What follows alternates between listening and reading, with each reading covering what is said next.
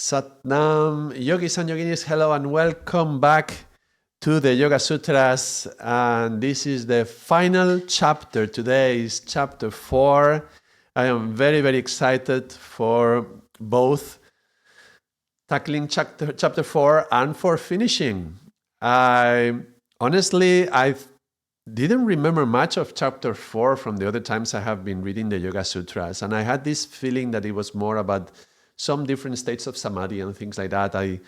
This just comes to show how little did I know about this chapter, how little have I read this chapter in the past.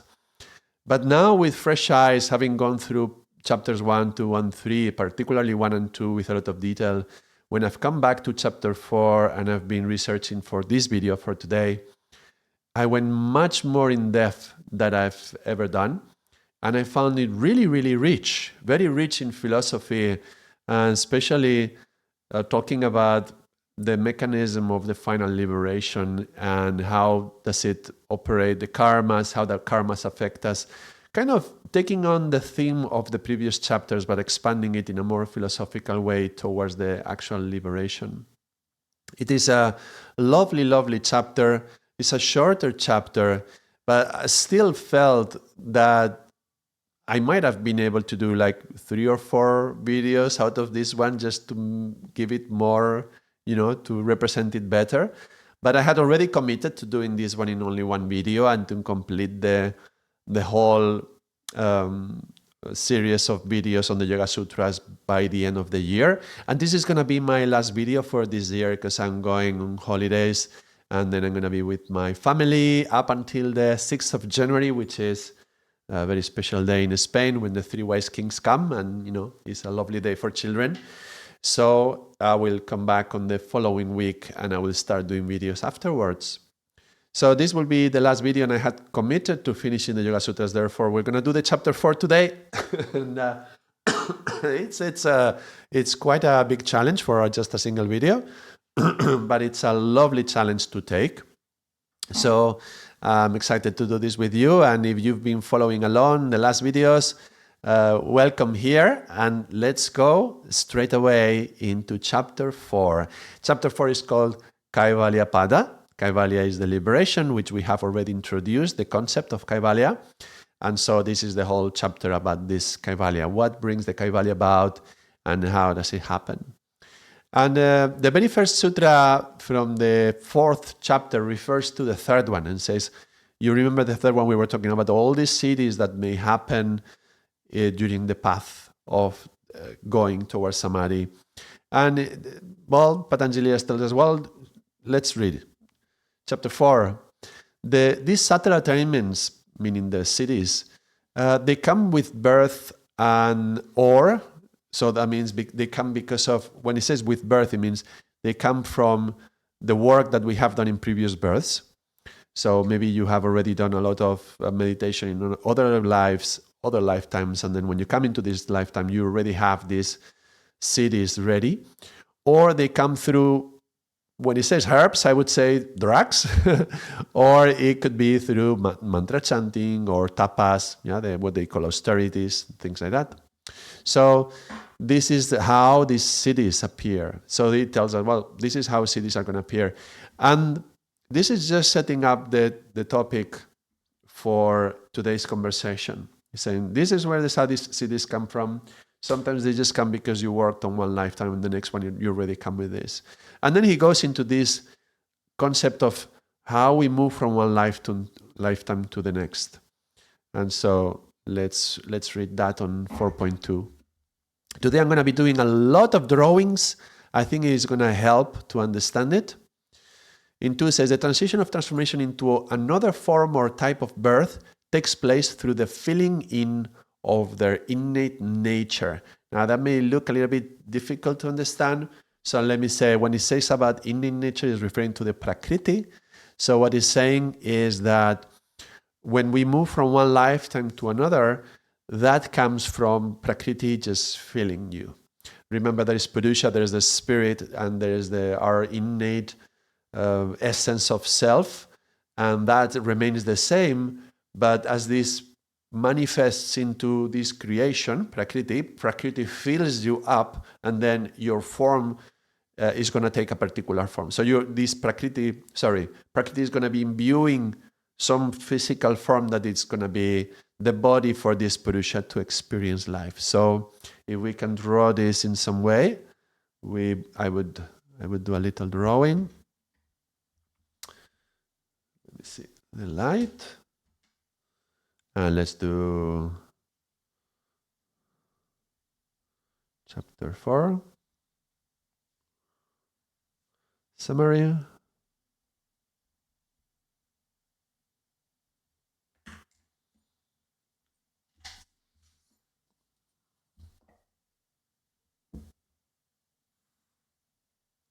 So every lifetime is like a vessel, describes the body like a vessel. And the Prakriti, the verb that it's utilized in Sanskrit is, where is this?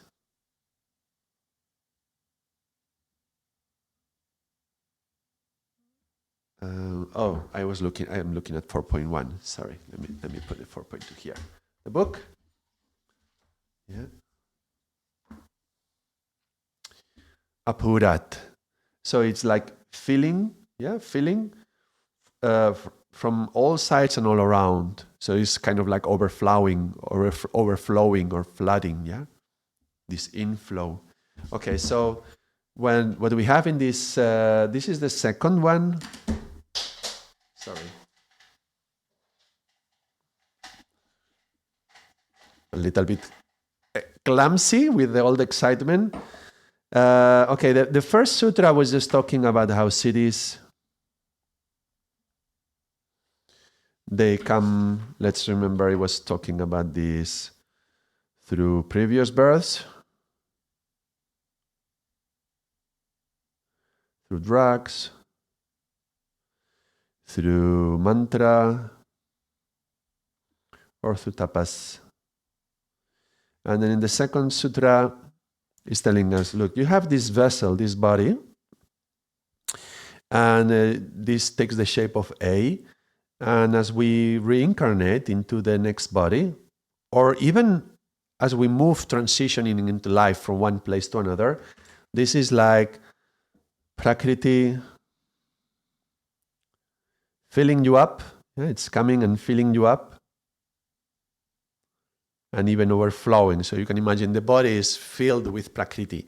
Yeah, this body is filled with Prakriti, and that makes us be in this world, and have possibilities to exist in this world. So it's like transitioning from one lifetime to the next. Well, in this, then let's go to the third sutra. It says, incidental causes or actions do not lead to the emergence of attainments or realization, but rather they come from the removal of obstacles, much like the way a farmer removes a barrier so as to naturally allow the irrigation of his field. Incidental cause or instrument. So I'm gonna be frank. I haven't read this translation much for the preparation of the. Well, I've read all of them actually. For the preparation of this video, I have been reading the big book. This big book, this lovely book, The Unadorned of Yoga. So I've been reading to most of these translations to have a feeling for every one of the sutras. It's just that it's very big book, and I have to move it out and in of the image every time. It's going to be very difficult. But I've been following this idea, and if I'm going to summarize it, because if I have to go showing every sutra in the original book and I have to explain the root of every word, it's going to be very difficult. But I'm going to eventually, every now and then, I'm going to utilize that book, but I will be summarizing it. That's why it's called a summary. It's not going so much in detail. But the third sutra, what it's telling us is that there is some obstacles. And maybe there is something in us that wants to change from one state to the next. But these obstacles, this is what we can do from the outside. We can remove these obstacles, and then the Prakriti can flow, and then it can feel us from the inside and change our state. And it's talking about this, how these obstacles are removed, like a farmer takes away some stones so that the plants can grow, and then is creating irrigation for it to come into the field. So this is the things that we can do from the outside, removing these stones. And you can see this a little bit like the work of a teacher, when a teacher is giving you some words of wisdom, and that's removing stones from the natural inflow of whatever has to happen, whatever has to manifest. Let's go to the fourth one. All right. The emergent mind field, talking about chitta, springs forth from the I-ness, from the asmita. All right. Let's draw what does this mean. So our chitta, remember, chitta is kind of it's a difficult word to explain what it is. It's kind of sometimes utilized as the mind, but remember, chit, the root is consciousness. So if we think about the mind, I'm going to draw it a little bit like the brain. So this, out of the sense of self, but not the real self, but the I amness, the thing that I feel that I am, which often corresponds to the ego. Yeah, out of the ego fills up all this space that we call chittam. Yeah, so the mind is influenced and filled by this sense of who I am. Yeah, my values, my thoughts, my beliefs, it's all based upon my feeling of mine, my feeling of me, and that comes from this I-ness, this asmita. So the chittam, the way I think, is influenced by this, and out of here is going to come many different functions.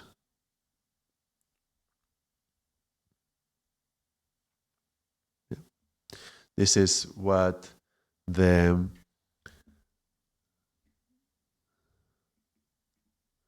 Chapter 5 says, while the activities of the emergent mind fields may be diverse, the one mind is the director of these many. So we have here that all these functions that arise from this one chittam, that's the fifth sutra. Right? All right. I don't know if it's getting... how is it for you watching? I wonder if it's too much switching screens from back and forth from one to the next. It might be a little bit too much movement. Let me do one more and then maybe I will stop switching so much. 4.6. Of these mind fields, the one that is born from meditation is free from any latent impressions that could produce karma. All right. Yeah, I think I'm going to just stick to some images and just translate in my own way. Well, the sixth one is saying, let's put it like this. If you have a fire,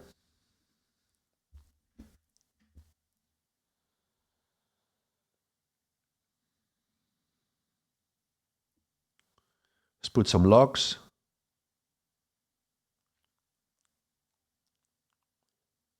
Yep. And this is going to be producing a fire. Because the mind's activity is very much like a fire. The mind is very connected to the element of fire.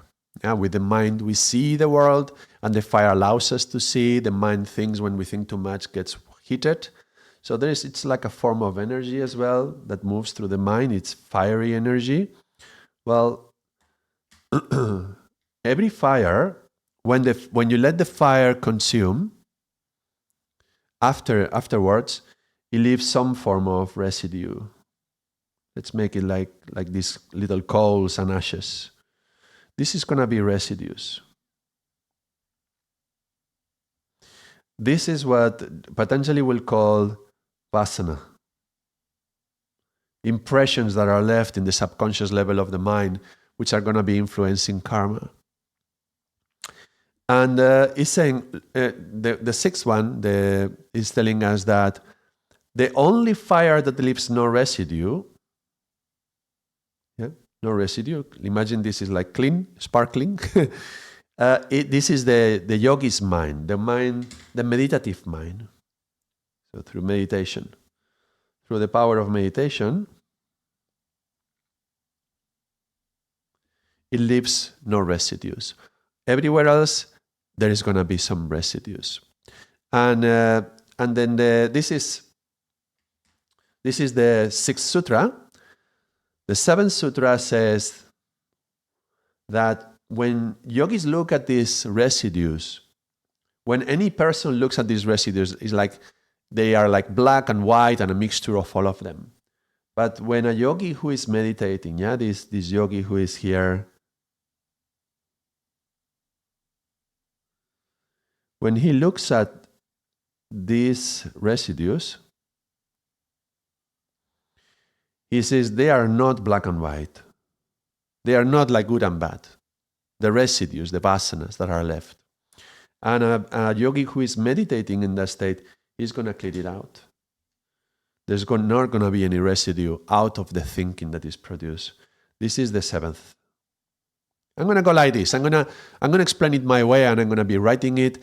Then if you want, you can check the original Sanskrit by yourself. In some of the cases, I may want to read it because there may be some interesting word in there. But for now, we will do it like this. And the eighth one says, well, of all these residues, when one residue, remember, this is going to be stored in the bottom of the subconscious. When one of the residues finds favorable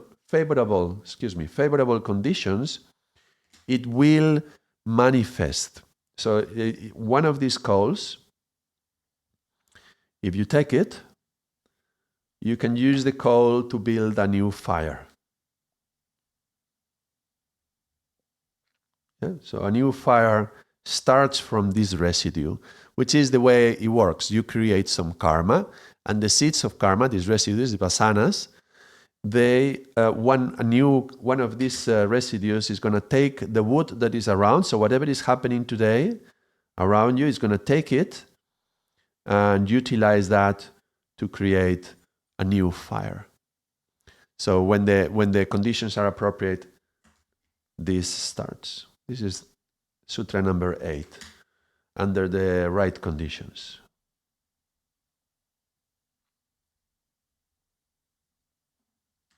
Okay? Yeah, I think it works to do it like this. All right, let's go to Sutra number 9.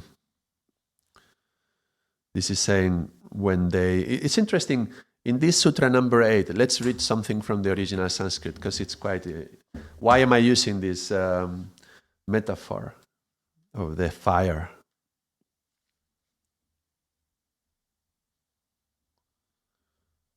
Yeah, this is Sutra 8. From those, they mature when there is favorable conditions. Yeah, only when there is favorable conditions. The vasanas. Yeah, we're talking about these subconscious impressions, or what we are calling right now residues. But very interesting. Look what this word of coming to fruition or ripen. It comes from vipaka, which is like intense cooking. So intense cooking, that's very interesting, because karma feels like a fire. Sometimes when we refer to karma, we talk about don't feed the fire anymore. If you're having some karma with a friend or with an enemy or with a family member, and when you are with that person, there is friction and sparks fly. You see the language I'm using? It's all about fire. So they say don't add any more wood to the fire. Rather than trying to eliminate all karma with this person, at least don't create any new fires. So this is the language. When the right conditions come, and look, now it's time for holidays, and many people go with their families, and sometimes there is unresolved issues in the families, and sparks can fly. And so you don't want to create more karma, you don't want to create a new fire. There may be residues in the past, in the bottom of your subconscious. Whatever wood is around, the conversation that is having in the table right now, don't let any old residue catch this wood and make a new fire. This is what it's saying. So we are going to be very taking the opportunity of what's happening today, this holiday season, and it's very appropriate to talk about the Yoga Sutras in this very practical way of when you are going with your family and you're going to have a meal, what's going to happen during that meal. So, very good. Let's go to the Sutra number 9.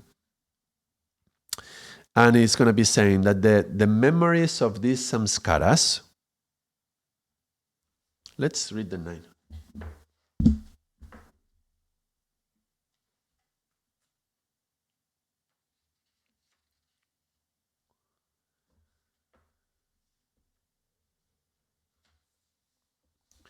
Smriti samskarayo. So the memories of these samskaras, being identical, it's continued, it's uninterrupted from the class and the space and the time. Desakala, it's very interesting. This is like Patanjali talking about the space-time continuous, kind of getting ready for Einstein. It's about the space and the time and the class. So what he's saying is that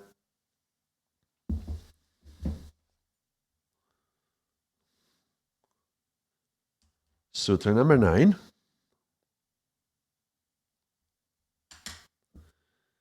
if we take the memory of a samskara, that is going to manifest in different ways. And it's going to vary in the shape and the time and the space and the class. Space and time and class. And it's going to be maybe going to take a different shape. Maybe here is going to be this shape. And here is going to be this shape. And it's manifesting in different ways according to time, space, and class, and so on. But every one of these manifestations is going to leave more residues. Every one of these leaves 3 more residues.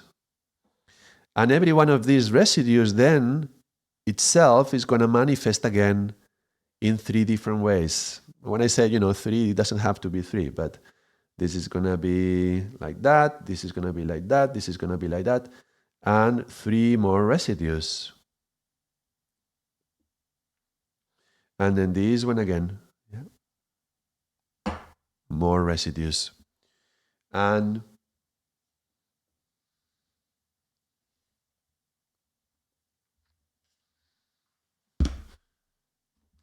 Patanjali says, oh my goodness, it's so big, this book. Eka rupatvat. Eka rupatvat. That's one form. That's one form. They are uniform. They are uniform, which means that Ekarupa, one nature, one form. So all of these different impressions that are how they are manifesting, they are all one. They have Ekarupa. Ekarupa, one form. So this is like, and they are uniform. So it's like however they are manifesting, they are all connected, and they are like of the same nature. Now, this is a little bit like when we are in the Mul Mantra, we were exploring Ek Onkar Satnam, and we said Ek Ong, and the Ong is like an extension of the Ek, but it's of the same nature. So this is the same. Ekha is interesting, that's the Ek, and this is the Ong. So from one seed, Ek Onkar. So the many manifestations that come from one seed, they are extensions from the original, and they are not different. They are one form, the same root. So in the 10th, he's telling us, well, if they are all in one form, and this seed of this vasana that I'm dealing with right now, this resi that I'm doing right now comes from this one, and this one comes from this one comes from this one. He's saying, well, it makes sense to look back and say, well, what is the origin? Well, the Sutra number 10 says there is no origin. There is no origin. There's no beginning, because the primordial will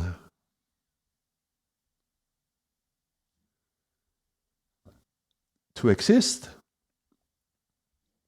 is eternal. Yeah, there is a will to exist. It comes with our soul. And that primordial will to exist is eternal.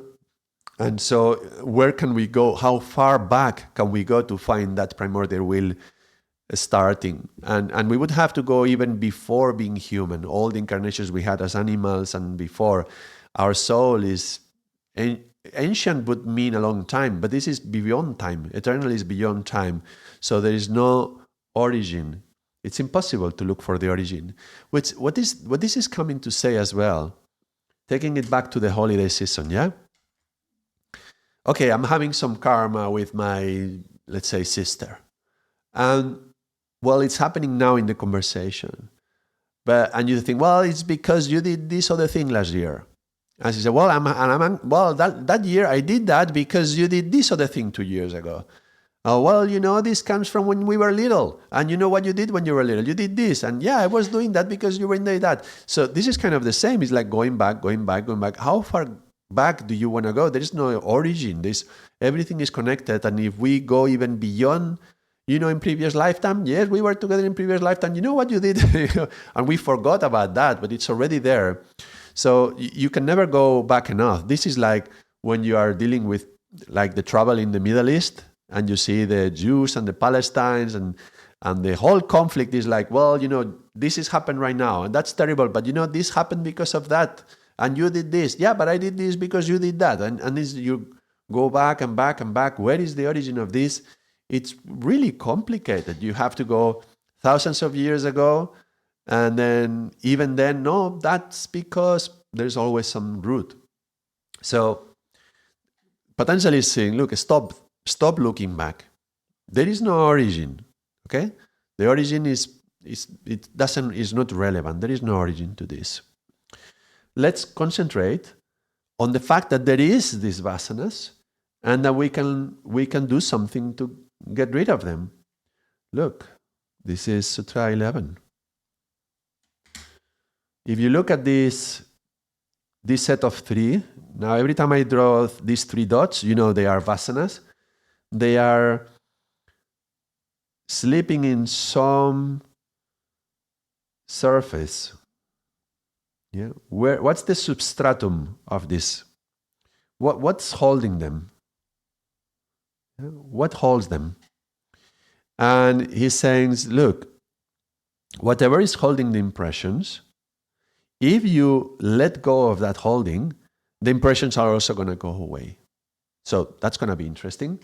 And he mentions 4 things here. He says, there's the cause, there's the effect, there is the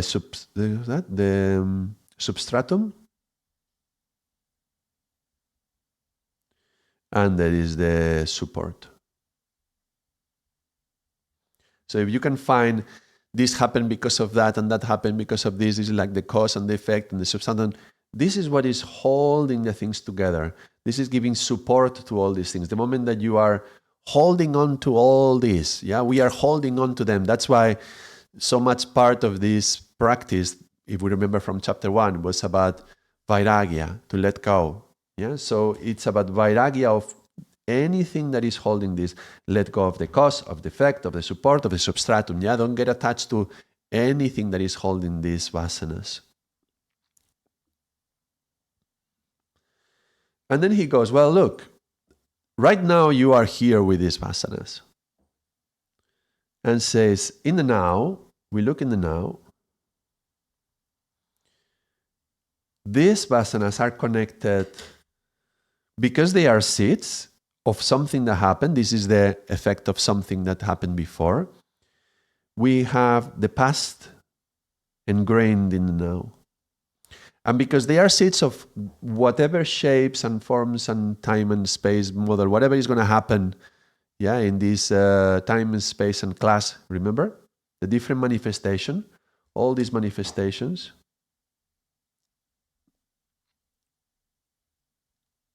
Remember? Space, time, class. All this is determined by the seed. So the future, it's also already here. It's like when you have the tree, an acorn, you have the whole tree in your hands, even if it's just not happening yet, it's not manifested, but you do have the future in your hands. So this is all here. By the way, this is my interpretation, okay? You can read, I've read many translations these days on the Yoga Sutras, and like this the 12 can be translated in many ways. This is something that makes sense to me right now.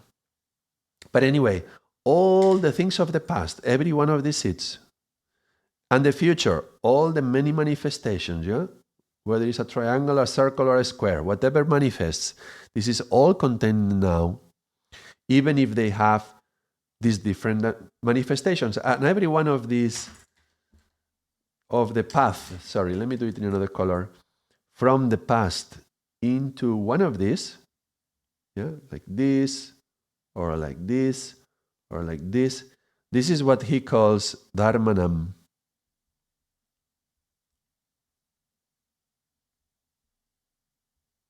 Dharmanam. Like the different path of karma manifesting. So different paths. Okay. Well, and so here comes the 13th sutra, and it says, and these dharmanams, some will be manifested and some will be unmanifested. And sometimes it's translated as subtle. This is like something that you can see and something that is more subtle. But I would say also something that is clearly perceived and some things which cannot be perceived. So when the seed of the karma, the vasana, this impression manifests, it doesn't mean that you're going to be perceiving that manifestation. So sometimes, let's say you are now in the holidays and you're having a conversation with your sister or your mother, whatever, and things which are the result, the outcome of some past karma is influencing this conversation, even if we are not seeing it. So sometimes they are clearly seen because you see, oh, she's reacting in that way because of what I did before, or I'm reacting in this way because of what she did before, whatever. So sometimes it's clear, it's manifest, but sometimes they are not manifested. They are not visible, not clearly. You can put your finger on them. You cannot clearly see them. Well, whatever they are manifest or they are not manifested, whatever, they are all in many forms. This is Sutra 14. They are all one. It's called Ekarat. Ekarat? Let me check. 14. No, Ekatvat. Ekatvat. Ekatvat. My R's and V's are very similar. They are all one, yeah?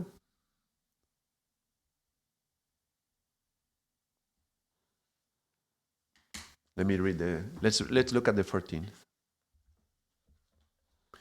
Parinama, all these transformations, all these changes, they are one. Yeah. Object and essence. The translation would be, the unity in things follows from the unity in the changes of the gunas, or the characteristics of an object appear as a single unit as they manifest uniformly from the underlying elements. It's like the tattvam, yeah, the different elements. the state of an object at any moment arises from the unique state of the gunas that are operating. So, whether this vasana is going to manifest in this path, dharmanam, or this one, and be manifested or unmanifested, that we can see it or not, that's going to depend from the influence of the gunas, the elements, and they are all one, they are all connected. So the gunas are going to be having an influence on the different path that it takes. All right.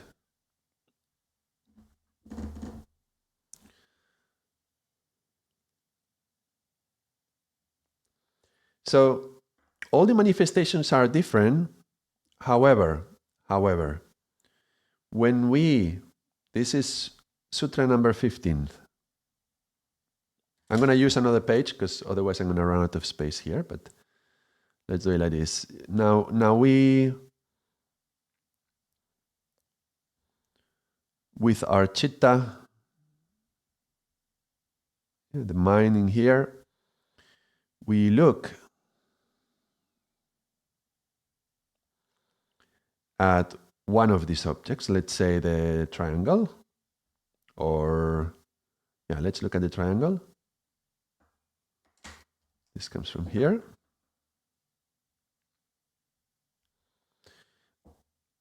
Or the other one, circle, or the square, yeah? And chitta is going to say, no. Let's see. They are different. Yeah, these ones are different. Okay. So the different manifestations that we observe, this is how we perceive them in our mind. But it's just the way the gunas manifest. It's all the same. It's all just karma. The Sutra 16 says, well, that's because your eyes are open.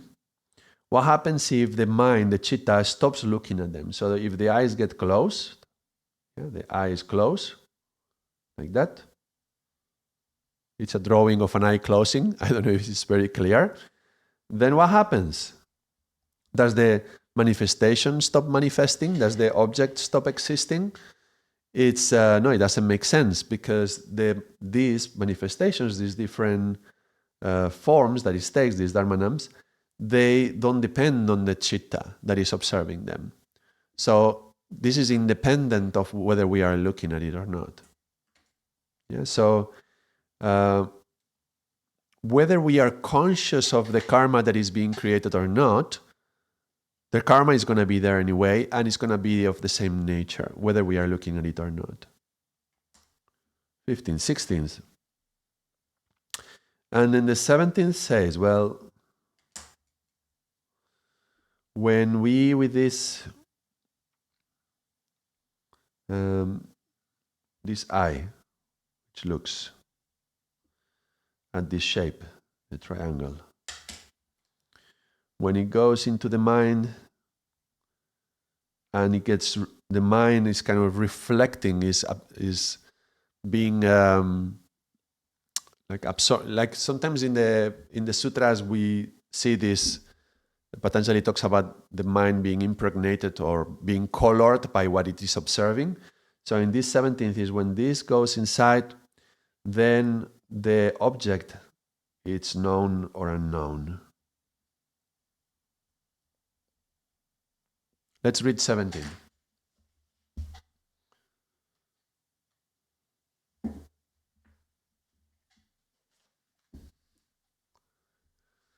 So objects are either known or not known according to the way in which the coloring of that object falls on the coloring of the mind observing it. So when we are looking at that object, and that object can be a certain karma, then depending on the color that it brings into our mind, then we will recognize it or not. This is like saying, taking the example of the Christmas dinner or holidays dinner, and then something happens, and then you may recognize, oh, I know why she's saying that. Oh, that's because of that other interaction we had the other year. so you can recognize how this is happening. So the mind may understand that something is known or not known. However, this is what the mind is doing. This is the mind. If we go deeper, and I put it in the realm of the heart, even though I'm talking about Purusha here. Let's make it like this. This is the realm of Purusha. Purusha always knows.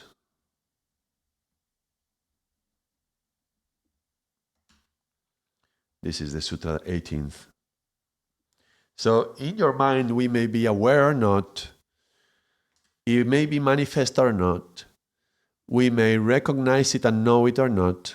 But deep within, in ourself, in our real self, Purusha always knows. And he says, well, the fact that the mind is perceiving something, these are a few sutras which are a little bit, it took me a while to read, to understand them, but basically saying, very, very simply, the mind is not self-luminous. It's not self-luminous. And when we have something that produces light, is something that allows us to see, which means that the mind by itself cannot perceive itself, and cannot, it doesn't produce light by itself. So it cannot, the 20th, it cannot see and be seen at the same time. It cannot do that. It cannot look at itself, because otherwise, Sutra 21, it would be like there is this little eye in the mind that would be looking at the mind. Yeah, that's within one mind. That's looking at another mind. This is like an infinite regression of like you looking at yourself, thinking that you are looking at yourself, thinking that you are looking at yourself, thinking.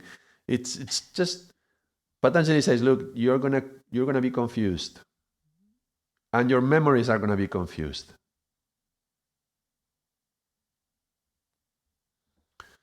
And also, I think this is also like when you are looking back at, this is happening because of that thought that I had before that is creating this karma now. And if I look back, in a way, it's kind of like going back like this with a thought, with what you are observing being your thoughts. If you do this, you're just going to be confused. So don't go into that. But he says, but in the 22nd, he says, when Purusha, the consciousness of Purusha,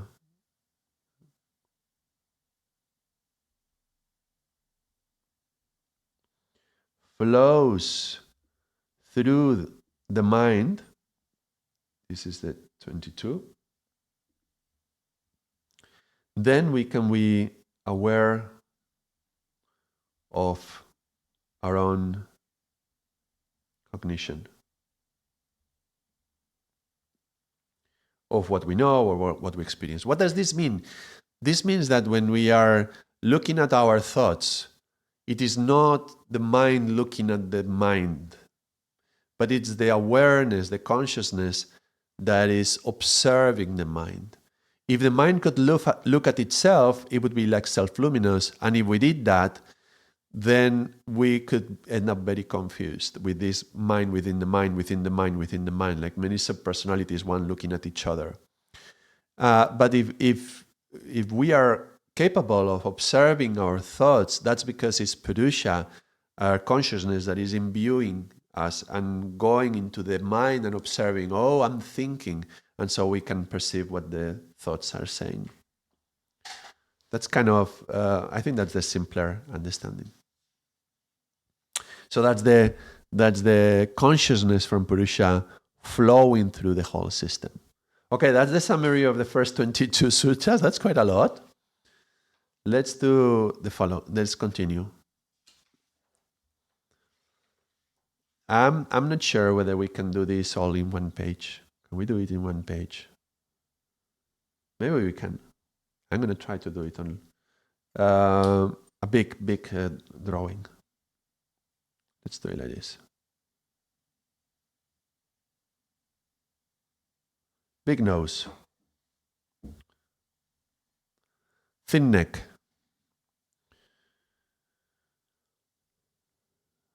Purusha here. Where are we? Sutra 23. What does the 23 say? 23 says, here you got your mind, your chittam, that is looking. And here are the objects, like this one, or this one, this one. And when it looks at an object, the color of the object is coloring your mind.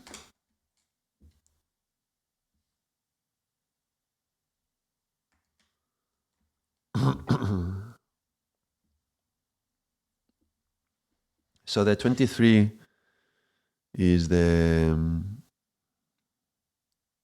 going to put it here, the coloring of these objects which we are perceiving. When we look at the scene, yeah, the objects, they color our chittam. This is nothing new. We saw about this in the very first sutras in the chapter 1. It was talking about this coloring. And remember, the coloring was the origin for the klishtas, the suffering. So this is something we have already learned. And the 24th, so the mind is colored by these objects. And then the Purusha, remember from the page I just drew?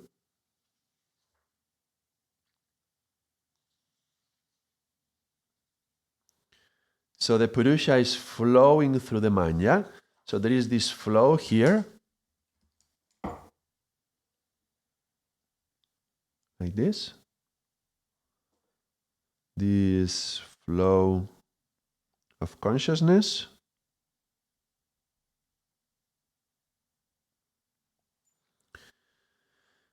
And chittam fills up and scatters or ranges from the perception and the perceived, and it's filling up to all this, everything that's happening, the inside and the outside, and encompasses everything. This is the 23rd sutra. The 24th says that the mind which has been colored by this, it's also holding all these vasanas. Remember these residues that lie here in the bottom of the subconscious. These here, they are here to serve.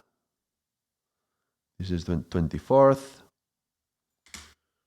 They are designed to serve Purusha.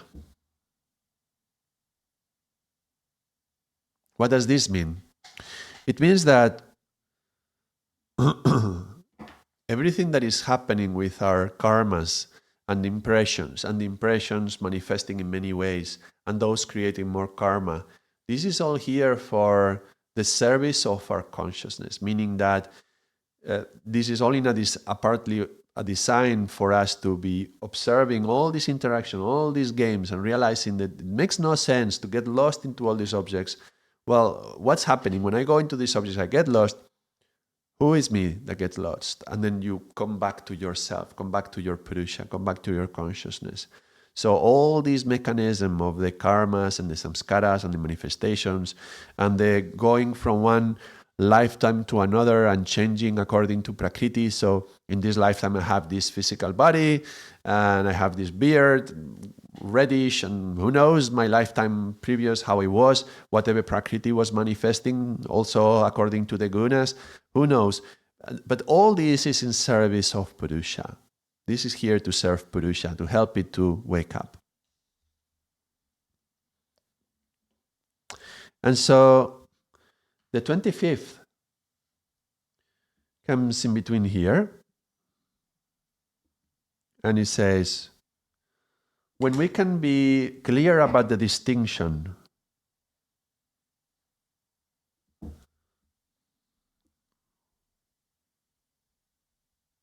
between the seer, this is the seer, yeah? This is the sin, this is the seer, the Purusha. Between this one and this one, when we are clear about the distinction, we will understand that there is no more confusion anymore. And then we will understand that the sense of self, our sense of self, does not come from asmita anymore. Do you remember that all of chitta comes from asmita? This asmita, I think it was called like the soul. Was it like this? Let me go back to 2.4. 4.4.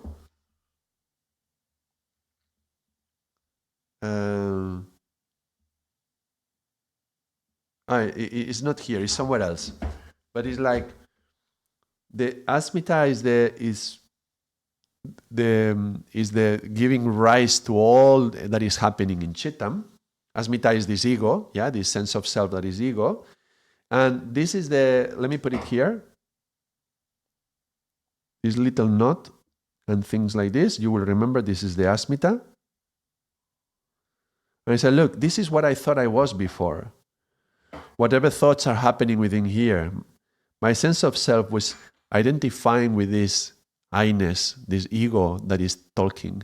Well, when I have this clear distinction between the seen and the seer, there is no more confusion about this. My sense of self comes from here.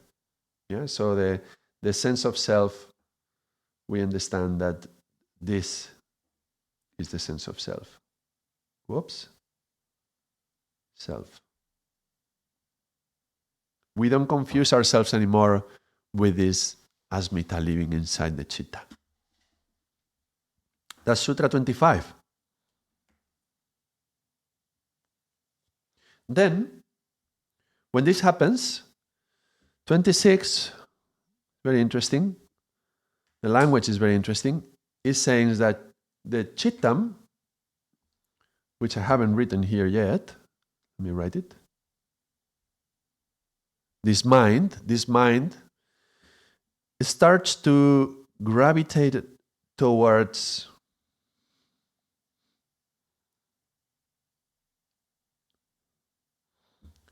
I'm going to write gravitate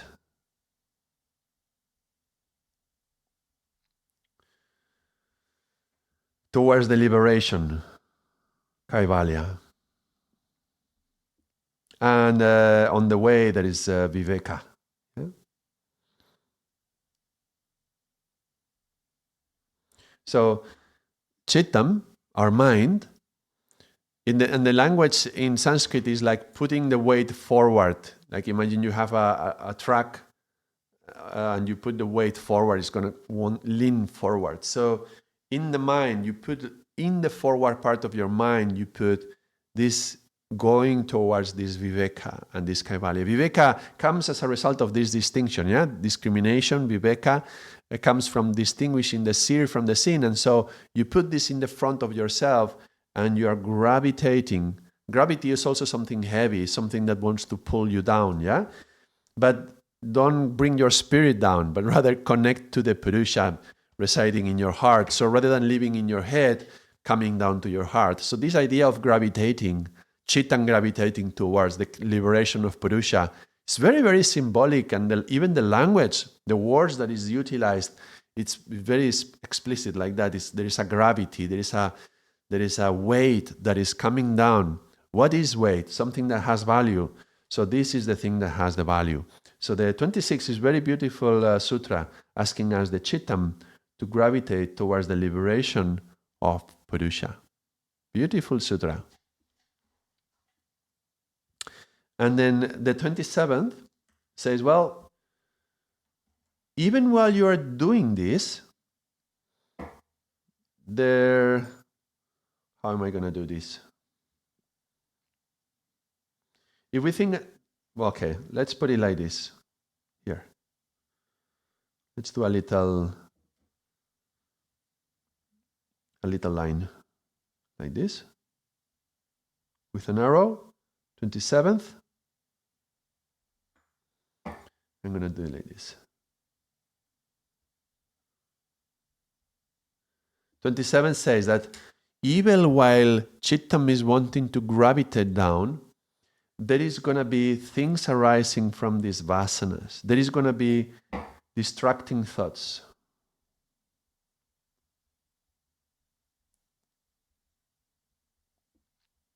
So from the bottom of your subconscious, there's going to be thoughts arising, coming up like this. We could draw them like little lines going up. I don't want to mess up the drawing, but it will be like this. These little thoughts rising up like this. Yeah, I'll do a little bit, and they are trying to distract us. Yeah, they come from the samskaras.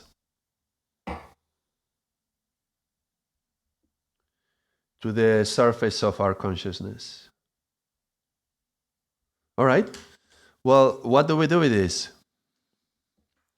Well,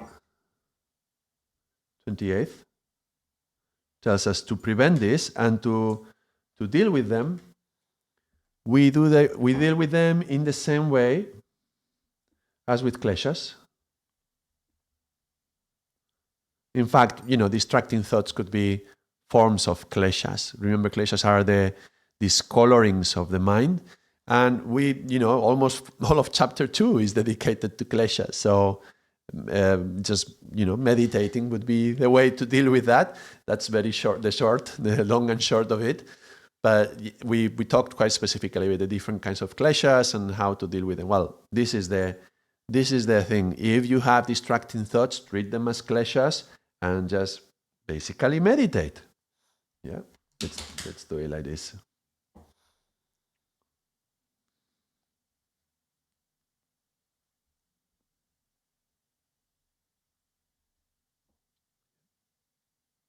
Yeah, meditate. All right, we are reaching the end. Okay, number 29. 29. What is this? When we have the perfect discrimination, viveka. Oh yes. Let me put it up here. With perfect discrimination, this is probably one of the most important sutras when it says a cloud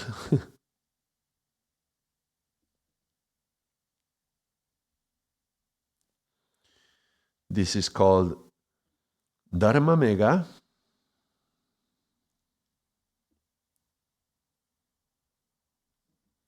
Samadhi. So like the cloud of virtues, the Samadhi of the cloud of virtues. So when you reach this perfect discrimination, this viveka, and that you know what the seer and the seen is, and no more distracting thoughts come, so you're purely focused on what the seer is. And it says, even beyond expecting the highest knowledge, even when you are going beyond expecting highest knowledge through this, then a cloud, Dharma Mega Samadhi, it's like clouds of virtues, like virtues are raining upon you. Yeah, they are coming down upon you. This is the samadhi where the virtues are flowing down into you.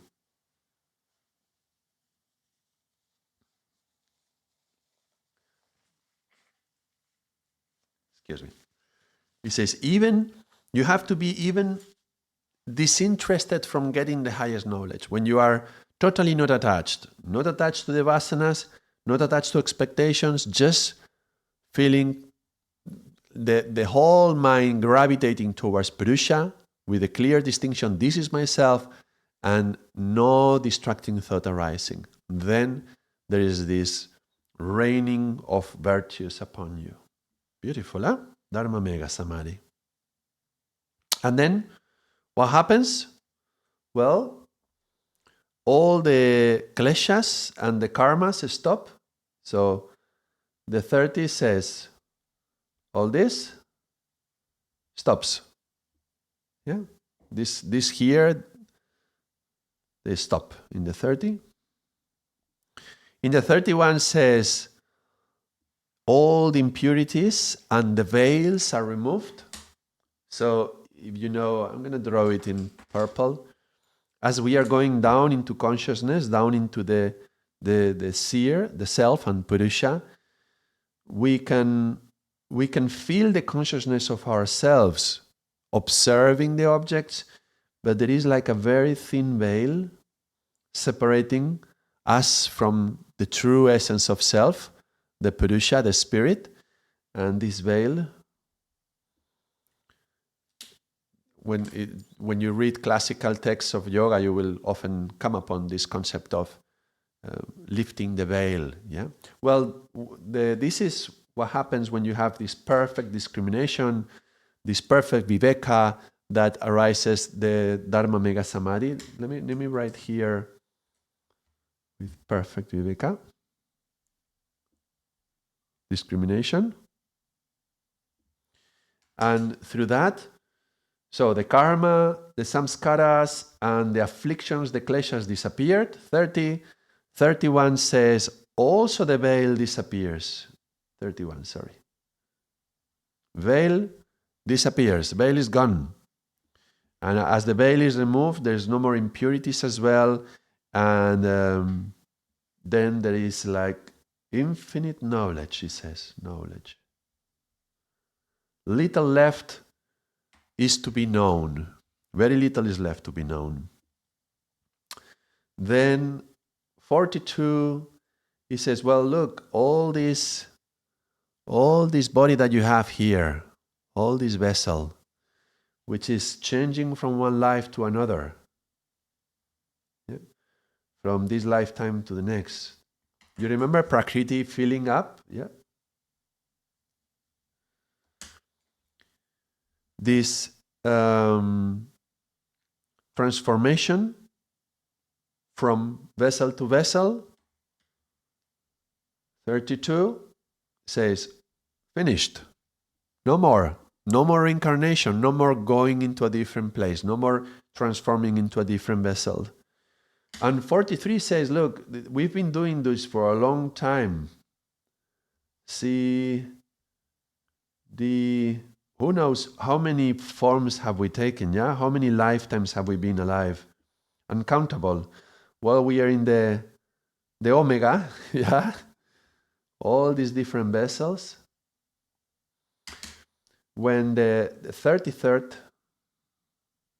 is telling us, when you reach Z, this one, you understand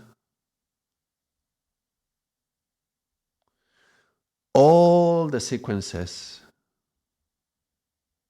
all the processes, all the journey that you have been through. Remember, so this is the last lifetime. It's telling you you're not going to reincarnate anymore, and you understand how this whole sequence happened, and all the consequences of everything. This is the 33. Then the 34th is saying the gunas. Let me write it like here.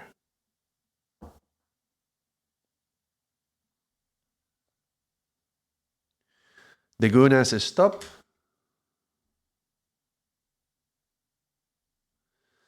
And all that remains is pure consciousness, pure awareness, Purusha, pure, pure Purusha, established firmly into its own nature, Swarupa.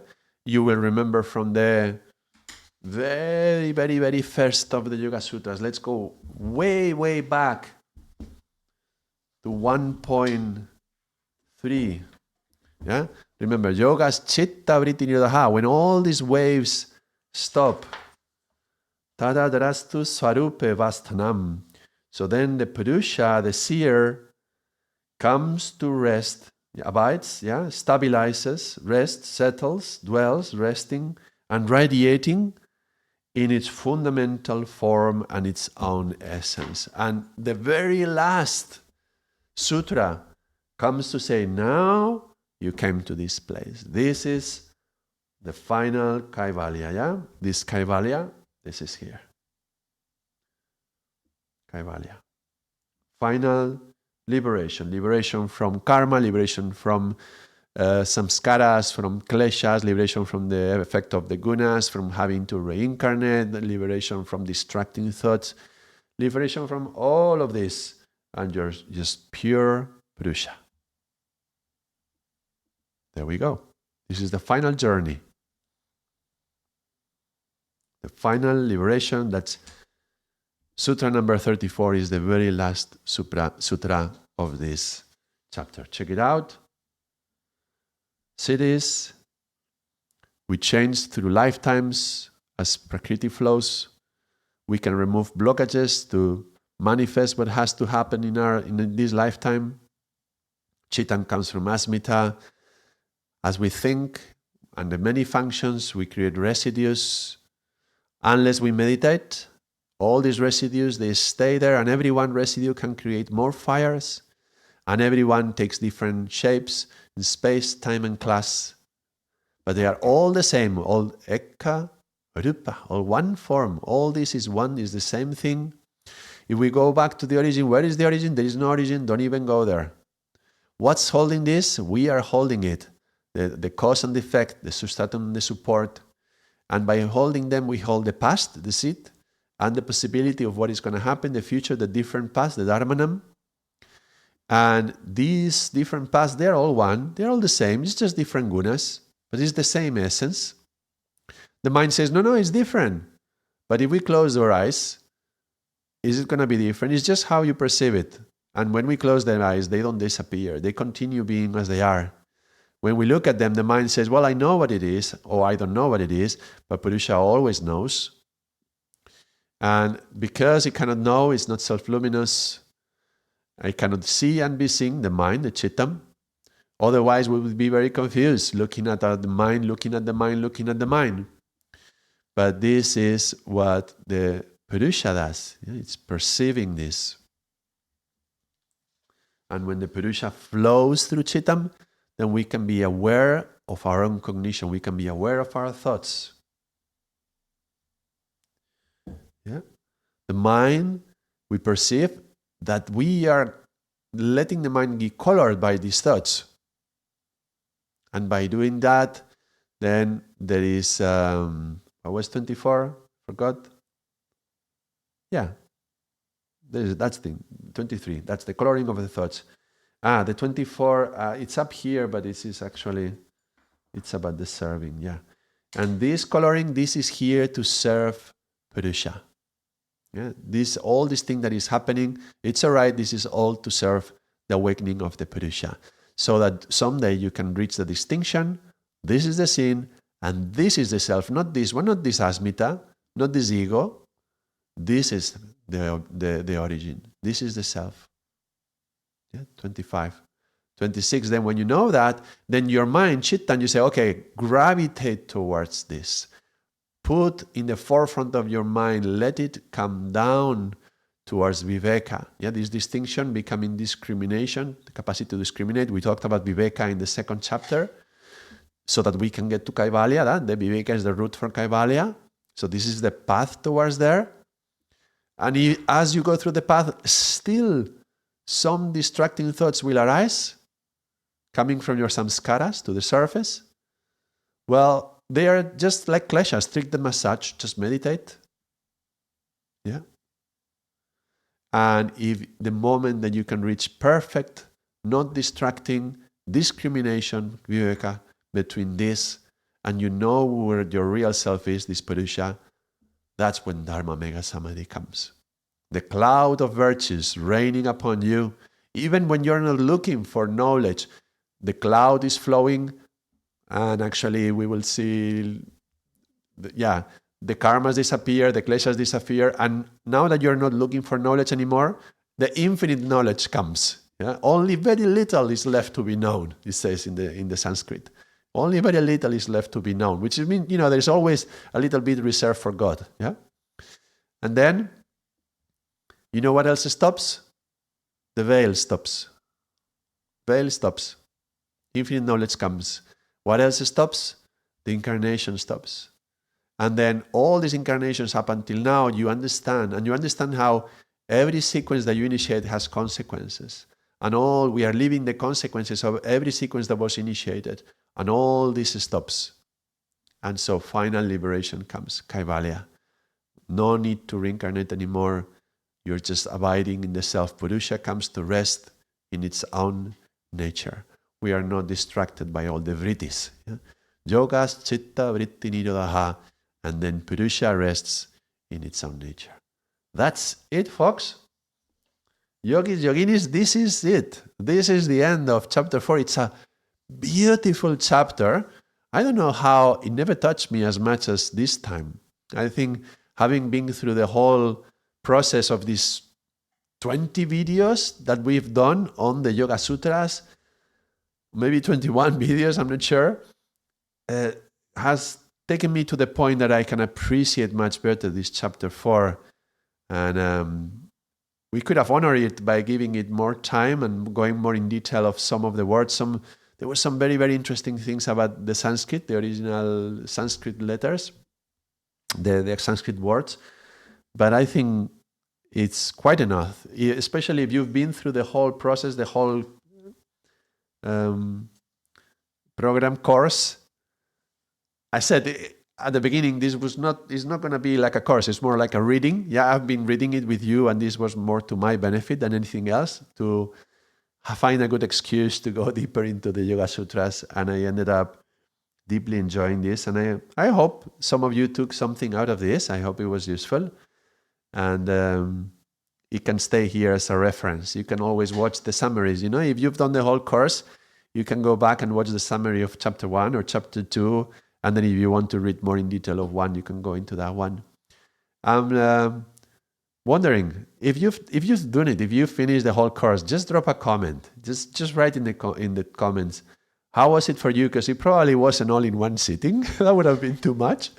So however many weeks you've done this through, how was your life touched by the Yoga Sutras? Because every time you go through one of these courses, your life is going to manifest things. And so, doing a whole course towards Kaivalya, that must have touched you in some way, so in some personal way. So I'm looking forward to hearing about you in the comments of the YouTube video. Let me know. But if you're still listening, thank you so much. I know you could be doing anything else. You could be watching anything else in YouTube. You could be doing anything else with your life. You chose to be here with me. And I deeply, deeply appreciate in a moment at the end of the year when we are feeling gratitude for everything that's happened. I appreciate every one of the comments and the visions and, every person watching the videos and everybody supporting the videos, especially the members. I am very touched and I hope the best for this new year. All my blessings flow. Like Prakriti overflowing the shape, all my blessings go to you for the new year, and we'll see each other again now in 2025. Take care of yourself. Satnam.